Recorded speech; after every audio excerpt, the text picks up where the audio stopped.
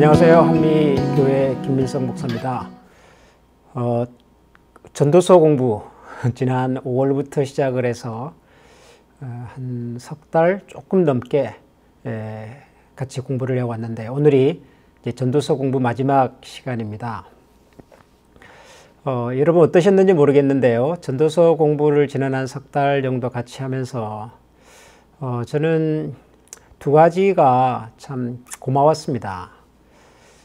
첫 번째는 뭐냐면 사실 이 전도서라고 하는 성경이 목회자인 저 같은 사람도 참 읽기가 쉽지가 않은 성경이거든요.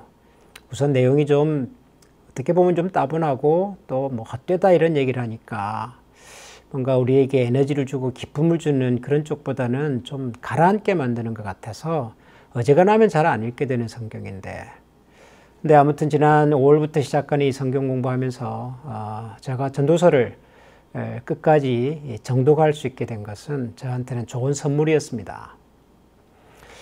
두 번째 선물은 처음 이 전도서 공부를 시작할 때는 지금 우리가 처해 있는 이 상황이, 코로나 바이러스로 인한 이 상황이 참 우리 마음을 좀 우울하게 만들고 또 이게 언제 끝날지 모르는 그런 걱정 또 불안함 이런 마음들이 많아서 이렇게 전도서 같은 성경, 좀 깊이 있는 좀 묵직한 성경을 같이 읽으면서 좀 같이 삶의 교훈과 지혜를 얻을 수 있으면 어떨까, 이런 기대를 가지고 시작을 했는데요. 의외로 전도서 말씀이 참 좋았습니다. 제가 이런 욕심까지 생기네요. 제가 뭐 약속을 할 수는 없지만 언제 기회가 되면 이 전도서 말씀을 좀 차분히 좀 깊이 있게 묵상을 하고, 그리고 이 말씀을 주일 예배 시간에 좀 나누면 좋겠다, 이런 생각이 들 만큼 전도서 내용이 참 좋고 새로웠습니다. 뭐 저만 이렇게 느낀 것이 아니라 저와 같이 전도서 공부해 오신 여러분들도 이런 비슷한 감사가, 고마움이 있으면 참 다행이겠다 하는 생각이 드네요. 아무튼 여러분 수고 많으셨고요. 오늘은 이제 전도서 성경 공부 마지막 시간입니다. 전도서 12장 같이 읽고 이 말씀을 잠깐 나누도록 하겠습니다. 먼저 전도서 12장 1절부터 8절까지를 제가 천천히 읽겠습니다. 너는 청년의 때에 너의 창조주를 기억하라. 곧 곤고한 날이 이르기 전에, 나는 아무 낙이 없다고 할 해들이 가깝기 전에, 해와 빛과 달과 별들이 어둡기 전에, 비 뒤에 구름이 다시 일어나기 전에 그리하라.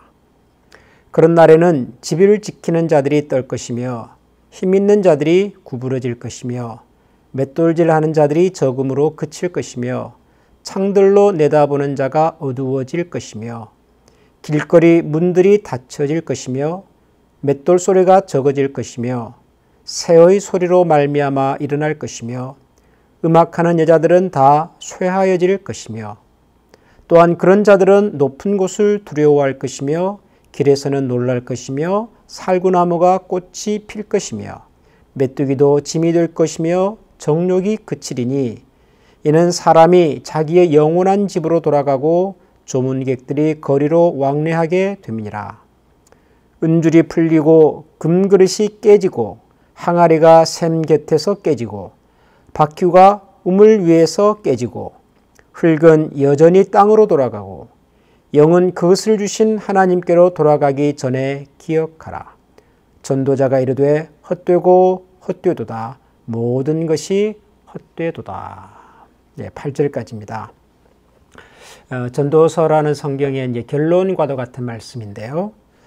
먼저 12장 1절을 보면 너는 청년의 때에라고 하는 말이 있습니다. 이 말은 전도서라고 하는 책이 기본적으로는 젊은이들에게, 다음 세대를 살아갈 젊은 세대에게 들려주려고 쓴 글이었다라는 의미겠지요. 인생을 먼저 살아본 이 전도자가 앞으로 인생을 살아야 할 젊은 세대들에게 들려주고 싶었던 이야기가 전도서입니다. 그러니까 전도서라고 하는 책은 그냥 어떤 분이 노년이 되어서 그냥 자기 삶을 넋두리 했던 책이 아니라 먼저 인생을 살았던 한 지혜로운 사람이 다음 세대를 살아갈 젊은 세대들에게 그가 인생을 살면서 느꼈던 감사든 혹은 고민이든 삶의 애환이든 기쁨이든 그런 것들을 마치 회고록을 쓰듯이 그런 마음으로 기록한 책이 전도서다, 이런 얘기죠.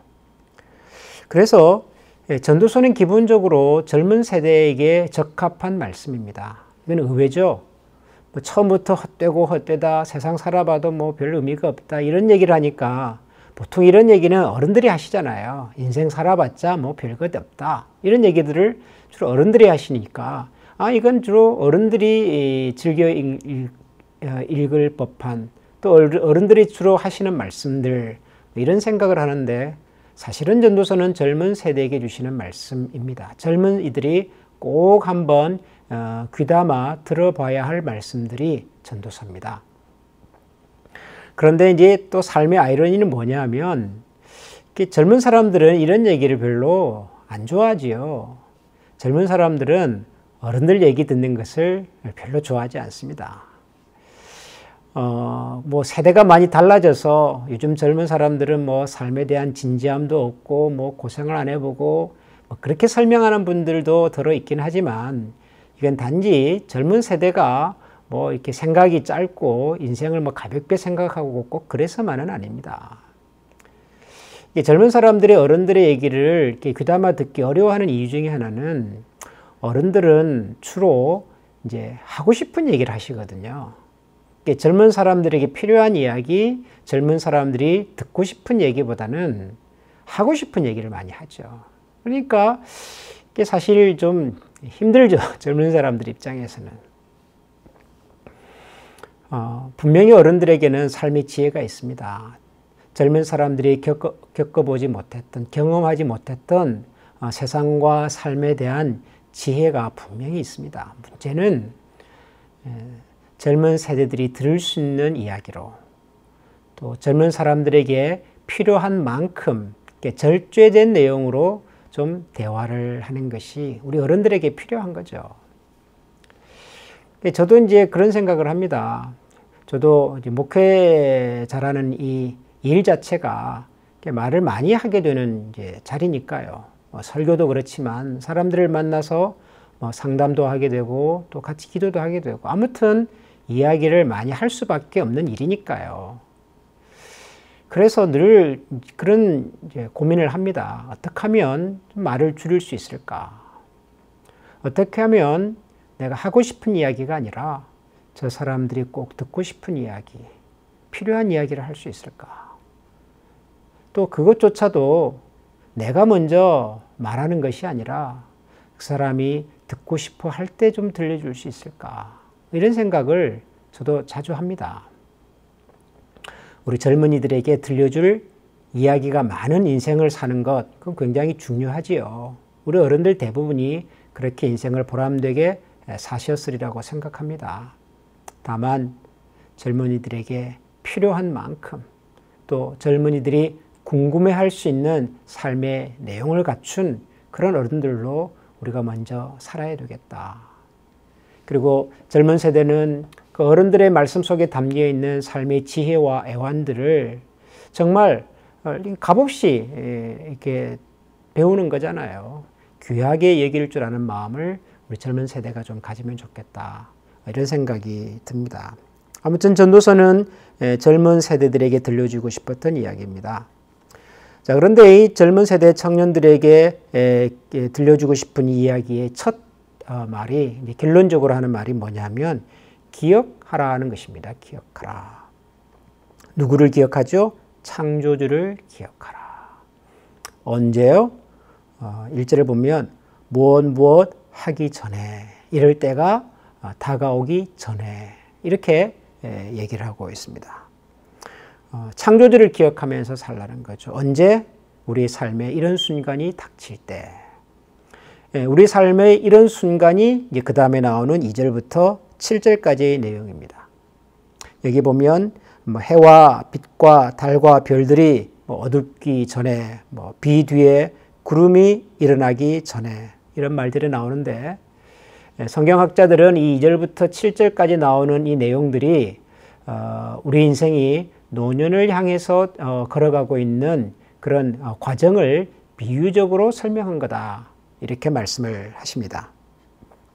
뭐 예를 들면은 3절에 보면 그런 날에는 집을 지키는 자들이 떨 것이며 힘 있는 자들이 구부러질 것이며 맷돌질하는 자들이 적음으로 그칠 것이며 창들로 내다보는 자가 어두워질 것이며 이런 표현들이 나오는데요.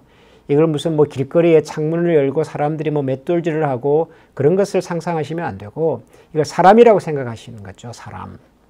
그러니까 집을 지키는 자들 이것은 사람의 팔과 손을 의미한다. 사람의 몸을 자기를 신체를 지키는 이 팔이 이제 떨게 되는 거죠. 아무래도 힘을 잃어가니까요. 힘 있는 자들이 구부러질 것이며 이것은 우리 몸을 지탱하고 있는 다리, 하체 이걸 말하는 거죠. 다리가 구부러질 것이며 맷돌질하는 자들이 적음으로 맷돌이라고 하는 것은 음식을 가는 거잖아요. 이건 사람이 치아를 상징하는 거다. 음식을 잘 먹을 수가 없는 거죠. 창들로 내다보는 자가 어두워질 것이며 창, 우리 사람이 바깥 세계를 들여다보는 눈은 창은 눈이겠죠. 눈이 이제 어두워진다는 얘기죠. 5절을 보면 또한 그런 자들은 높은 곳을 두려워할 것이요. 아무래도 그렇겠죠. 높은 곳 올라가는 것이 힘들겠지요. 길에서는 놀랄 것이며 작은 일에도 쉽게 놀라고 두려워하고 살구나무가 꽃이 필 것이며 이것은 노화로 말미암아 우리의 이제 머리가 하얗게 되는 현상을 표현했다라고 말을 합니다. 메뚜기도 짐이 될 것이며 아주 작은 것조차도 버거워하는 그런 상황을 말하는 거죠. 정욕이 그치리니 이는 사람이 자기의 영원한 집으로 돌아가고 조문객들이 거리로 왕래하게 됨이니라. 사람의 노화 과정을 설명한 거다 이렇게 말씀을 하십니다. 충분히 설득력이 있는 말씀이라고 생각합니다. 그래서 제가 언젠가도 소개해드렸습니다마는 여러분들이 성경을 읽거나 공부할 때 내용이 좀 이해가 잘 안 될 때 다르게 번역된 성경을 좀 참조해 보십시오. 제가 그렇게 말씀을 드리면서 이 새번역 성경이라고 하는 것을 소개해드렸죠. 별명이 읽으면 이해가 되는 책. 제가 그렇게 설명을 드렸습니다. 이 새번역 성경에서 보니까 이 3절, 4절, 5절을 이렇게 번역을 했어요. 이걸 이제 풀어서 설명을 한 거죠. 그날이 오면 두 팔은 다리가 후들거리는 수문장같이 되고 두 다리는 허리가 굽은 군인같이 되고 이는 맷돌 가는 여인처럼 빠지고 눈은 일손을 멈추고 창밖을 내다보는 여인들같이 흐려지리라. 거리 쪽으로 난 문이 닫히듯 귀는 먹어 방아소리 멀어져 가고 새소리는 들리지 않고 모든 노래소리도 들리지 않게 되리라.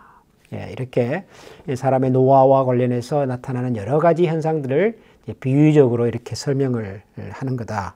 좀 이해가 되시죠? 이 새번역 성경을 보시면 이럴 때가 온다는 거죠. 우리 인생에 뭐 사람이 태어나서 천년 만년을 살 수가 없는 인생이니까요. 노화는 자연의 섭리고 언젠가 우리가 직면하게 되는 우리 삶의 일부분이다. 그런 얘기를 하는 거죠.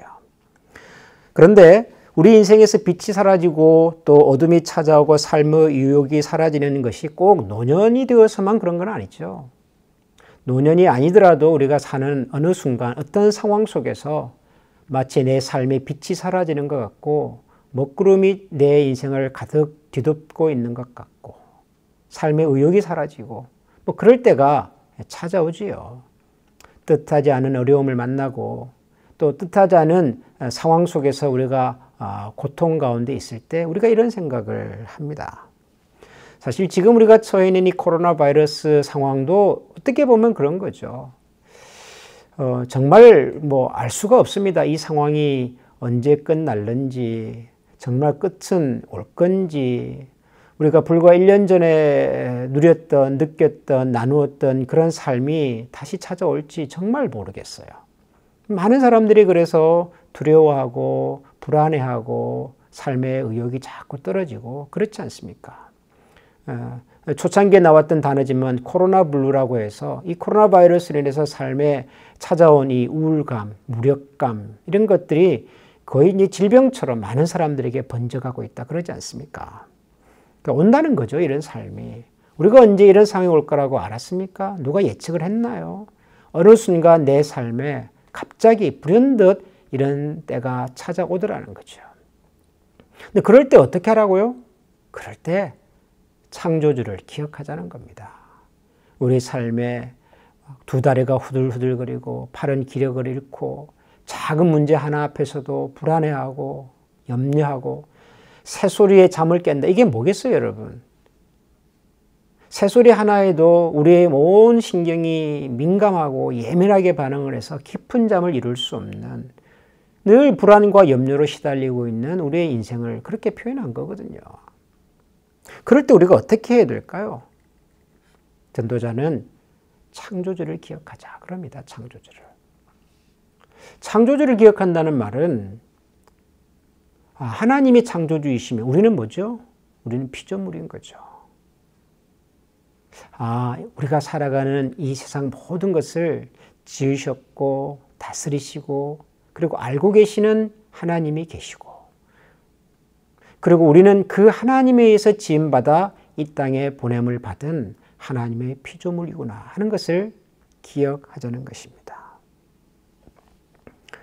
이 세상에는 우리가 피조물이기 때문에 우리의 힘으로 감당할 수 없는 어려움과 한계가 찾아올 수밖에 없는 것이고 그러니까 우리가 살면서 뜻하지 않은 어려움을 만났다, 한계를 만났다고 하는 것이 그게 이상한 것이 아니라 지극히 당연한 것이라는 것을 받아들이는 것입니다. 인정하는 것입니다.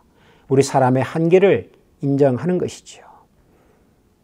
한계를 인정하면서 또 하나 기억하는 것은 뭐냐면 그럼에도 불구하고 우리에게는 이 모든 상황을 아시고 다스리고 계시는 하나님이 계시다는 것을 또 기억하는 것입니다. 우리가 우리의 한계를 알기 때문에 우리가 세상을 살면서 그렇게 욕심을 내지 않아도 되는 거죠. 우리의 한계를 알기 때문에 설령 안 되는 일이 있어도 그걸 받아들이는 거죠. 원래 우리가 그랬으니까요. 우리가 할 수 없는 존재였는데 되는 것이 그게 기적이었고 그게 감사하고 축복이었던 거지 안 되는 것이 이상한 일이고 불행한 일이 아니라는 것을 내가 받아들이는 겁니다. 인정하는 겁니다. 그럼에도 불구하고 우리에게는 창조주 하나님이 계시니까 우리가 우리의 한계를 만났을 때도 그 한계 때문에 좌절하거나 포기하거나 우울해하기보다도 이 한계 속에서도 여전히 우리를 사랑하시고 살피시는 하나님이 우리 곁에 계시다는 사실을 항상 기억하자는 겁니다. 결국 창조주를 기억하라는 말은 하나님을 알고 또 자기 자신을 알자라는 말로 이해할 수 있겠죠. 하나님이 누구신지를 알고 또 내가 어떤 사람인지를 알면 우리는 모든 것이 헛되게 보이는 세상 속에서도 우리에게 주신 삶의 의미, 보람, 기쁨 얼마든지 우리가 발견할 수 있는 겁니다. 이걸 찾아내자는 거지요.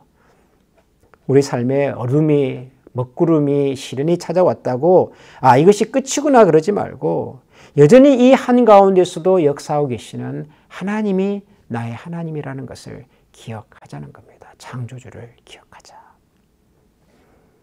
그래서 이 전도자는 이 전도서의 내용을 정리하는 마지막 글을 쓰면서 14절에 보면 이렇게 얘기를 합니다. 11절부터 한번 읽어볼까요?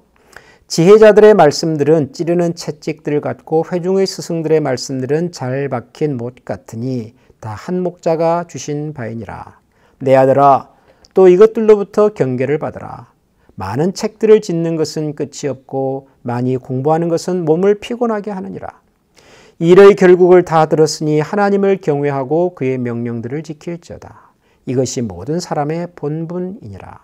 하나님은 모든 행위와 모든 은밀한 일을 선악간에 판단하시리라. 제가 이 전도서 마지막 성경 공부의 제목을 일의 결국을 다 들었으니 라고 제가 붙였는데요. 참 많은 것을 생각하게 하는 표현 같습니다. 일의 결국을 다 들었으니. 적어도 전도자는 자기가 살아온 인생의 모든 것을 다음 세대를 살아갈 젊은 세대에게 이 전도서를 통해서 다 이야기를 했다고 말합니다. 하고 싶은 이야기, 나누고 싶은 이야기, 들려주고 싶은 얘기를 다 들려줬다라고 말을 합니다. 문제는 우리가 그 전도자 얘기를 얼마나 귀 기울여 귀담아 들었는가 하는 것이죠. 들었는가. 내 아들아 또 이것들로부터 경계를 받으라. 많은 책들을 짓는 것은 끝이 없고 많이 공부하는 것은 몸을 피곤하게 하느니라.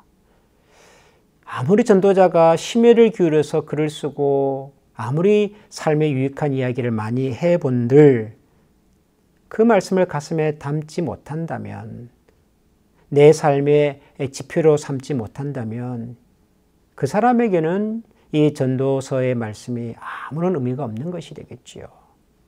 저와 여러분이 지난 한 석 달 넘게 이 전도서를 공부했는데, 이 전도서를 공부하면서 전도서를 읽으면서 들었던 여러 이야기들이 저와 여러분의 가슴 한켠에 어떤 모양으로든지 좀 남아있으면 좋겠습니다. 여기 우리가 평소에 사용하는 그 표현이 있네요. 잘 박힌 못같이. 우리 생각 속에, 마음 속에, 우리가 살아갈 이렇게 세상을 이렇게 바라보는 우리의 시선 속에 이 전도자가 했던 이야기들이 마음 한켠에 못처럼 잘 박혀 있으면 좋겠습니다. 일의 결국을 다 들었으니 하나님을 경외하고 그 명령들을 지킬지어다. 하나님을 경외하고 우리 삶의 모든 영역 속에서, 모든 순간 속에 하나님이 계시구나 하는 것을 기억하고 그 명령들을 지킬지어다. 그 하나님께서 지금 나에게 맡기시고 허락하신 일과 역할이 뭔가를 깊이 기억하면서 살자는 거죠. 대단한 것이 아니어도 괜찮습니다.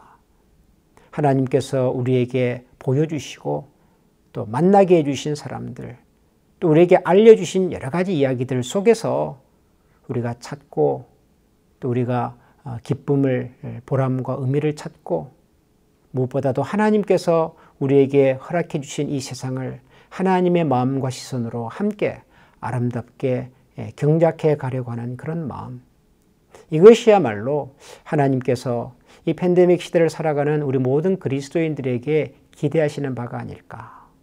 세상이 아무리 힘들고 어렵게 돌아가도 세상의 주인은 나다라고 말씀하시는 하나님을 기억하고, 이 세상의 모든 것들이 비록 헛되어 보이고 의미 없어 보이고 참 안타깝게 보여도, 그러나 지금 나에게 주신 작은 기쁨, 소중한 감사, 행복을 놓치지 않고 살아가는 삶의 태도, 이것이 이 전도서를 우리가 공부하면서 우리의 마음에 꼭 좀 기억하고 남겼으면 하는 그런 가르침이라고 생각합니다.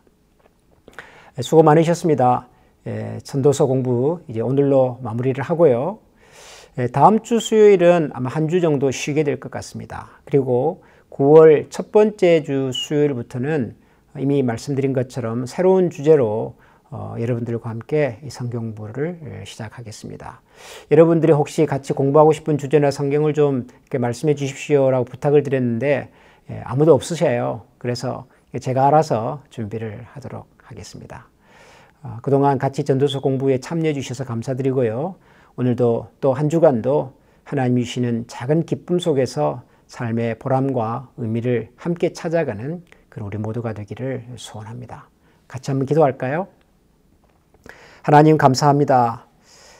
우리보다 먼저 살았던, 그리고 우리보다 훨씬 인생을 이렇게 풍성하게 살았던 한 사람의 이야기를 지난 석 달 동안 저희들이 같이 읽었습니다. 만난 적이 없지만 그가 만난 하나님, 그가 경험했던 하나님의 이야기를 저희들이 들었습니다. 하나님, 그리고 이 말씀을 통해서 이 시대를 살아가는 저희들이 기억해야 할 것이 무엇인지를 오늘 이 마지막 성경 공부를 통하여 다시 한번 가슴에 새기게 되었습니다. 청년의 때에 우리 삶에 낙과 희망이 없다는 그런 생각이 들 때에, 그래서 세상을 바라보면서 좌절하거나 낙심하거나 포기하기보다도 이 세상을 지금도 다스리고 계시는 창조주를 기억하며 살아가는 저희가 되게 하여 주시옵소서. 그 하나님 앞에서는 우리가 참으로 연약한 인생이 지나지 않는다는 사실을 기억하고 우리 삶의 한계를 겸손하게 받아들이면서 오늘도 우리에게 맡기시고 허락하신 내 이 삶의 분량을 하나님 앞에서 기뻐하고 감사하며 살아가는 참으로 충성되고 지혜로운 저희 모든 성도들이 되게 하여 주옵소서. 여기까지도 오신 하나님께 감사드리며 예수님 이름으로 기도합니다. 아멘. 예, 수고 많으셨습니다. 주님의 이름으로 축복합니다.